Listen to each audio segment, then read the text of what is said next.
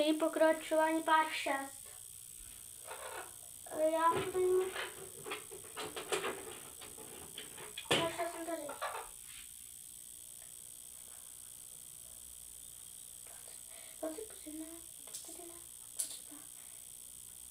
Našla jsem tady ve svém šuplíku, počkejte.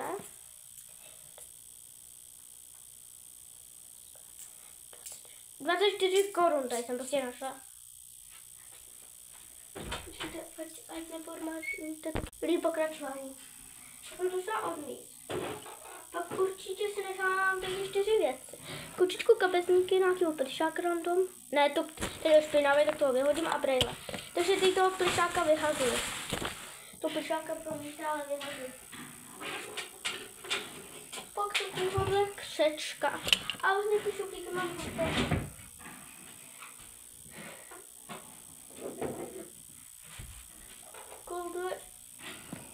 Opičku cute, ale už ji nepotřebuji. Ty to takhle, ne?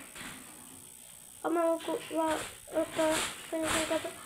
se hodí.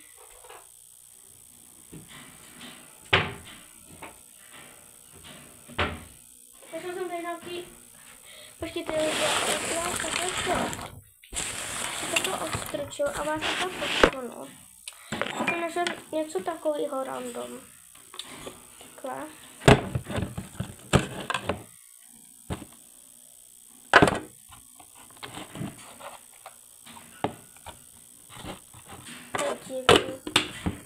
To vyhodím teď. Čemu mám tady třeba obal? Takže to je tím, že on tu nepřijde bratranec. Jsou mu 5 roků, jo? 5 roků. A on vždycky třeba světáčku, no? A pak Linka to dá prostě, a moje teta prostě to dá tam. A pak všichni chtějí, nebo to dá tam, nebo to dá prostě různě. A nemůže to uklidit na to místo prostě. A to mě nejvíc štve. Už pak mi babička nadává. A pak mi máma nadává. A si uklízím pokoj. Teď tu masku to nemůžeme nechat. Ale teď prostě budu různě házet po zemi.